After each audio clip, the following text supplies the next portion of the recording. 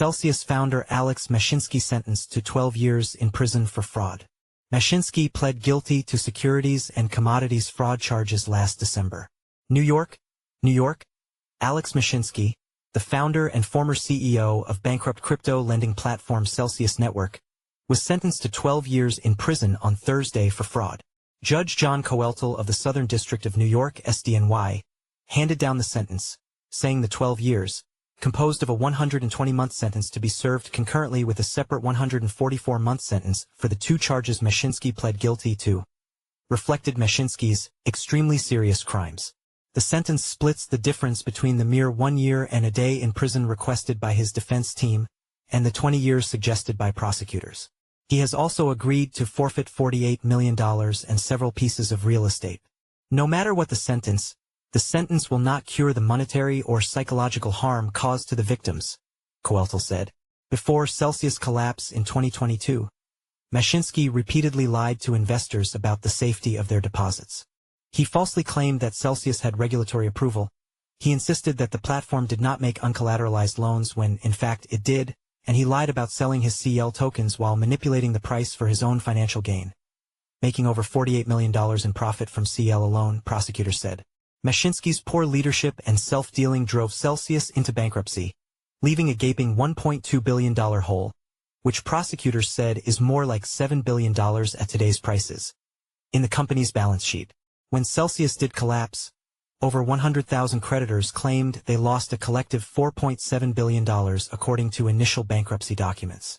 Alexander Mashinsky targeted retail investors with promises that he would keep their digital assets safer than a bank, when in fact he used those assets to place risky bets and to line his own pockets, U.S. Attorney Jay Clayton said in a statement. In the end, Mashinsky made tens of millions of dollars while his customers lost billions. America's investors deserve better. The case for tokenization and the use of digital assets is strong, but it is not a license to deceive. The rules against fraud still apply, and the SDNY will hold those who flout them accountable for their crimes. In both their pre-sentencing documents and in their testimony in court on Thursday, Mashinsky and his lawyers attempted to downplay the one-time CEO's role in the fraud. His lawyers told the court that Mashinsky has not a malicious bone in his body, and that the government's attempt to characterize him as the architect of a fraud scheme was a hoax. Mashinsky wept as his lawyer, Mark Mukasey, told the court of his personal characteristics, including his military service in the Israeli army, his alleged track record of hiring homeless people to work at his various companies, and, bafflingly, about his ongoing work on a non-fiction book about gravity since his arrest, which he urged the judge to consider as mitigating factors for Mashinsky's sentence. When Mashinsky himself spoke to the judge, he cried intermittently as he apologized for the harm caused to his victims. As someone who came from nothing, I recognize how hard people work to earn, save and invest in crypto, Mashinsky said. I respectfully ask the victims for forgiveness, and I apologize to all of them for my mistakes. I'm truly sorry. 6 of those victims spoke in court on Thursday, detailing their pain and suffering in the aftermath of Celsius' collapse. One victim, Cameron Cruz, told the court that Mashinsky and his lawyer's spin on his conduct was a horrific minimization of the damage he caused at Celsius. Defense says he's working on a new book about gravity, but he seems not to understand the gravity of the situation, Cruz said, adding that at least 231 Celsius creditors have died since the platform's collapse, and will never be made whole. Another creditor, Hollis Waite, described how he was woefully unprepared to send his 2 young children to college after losing a significant chunk of his savings in Celsius. Yet another, Hugh Mitten, told the court that he'd lost sleep, his mental health, and his time since Celsius' collapse. Mitten took issue with Mashinsky's lawyer's characterization that he was voluntarily missing his son's college graduation, also on Thursday, in order to attend his sentencing and take responsibility for his crimes. He doesn't make mention of all the people who can no longer afford to send their kids to university, Mitten said.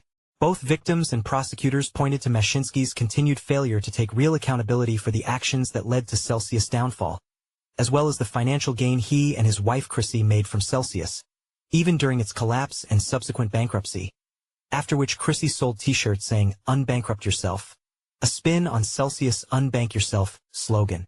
Mashinsky was stone-faced as he listened to his victim's testimony. When the judge handed down the sentence, he seemed genuinely surprised, saying, I feel that while I am here to take responsibility, I am taking responsibility for 1,000 employees. Not one of them has come forward to say what they have done. That's it, Your Honor. As part of his plea agreement, Mashinsky is unable to appeal his sentence. He was ordered to self-report to prison to start his sentence in September. His lawyers requested that he be allowed to serve his sentence at FCI Otisville, a medium-security prison in New York that's also a temporary home to Mango Market's exploiter Avi Eisenberg, who was recently sentenced to 4 years in prison for the possession of child pornography. If he serves the entirety of his sentence, Mashinsky will be 72 years old upon release. On the news team at CoinDesk, Cheyenne focuses on crypto regulation and crime. Cheyenne is originally from Houston, Texas. She studied political science at Tulane University in Louisiana. In December 2021, she graduated from CUNY's Craig Newmark Graduate School of Journalism, where she focused on business and economics reporting. She has no significant crypto holdings.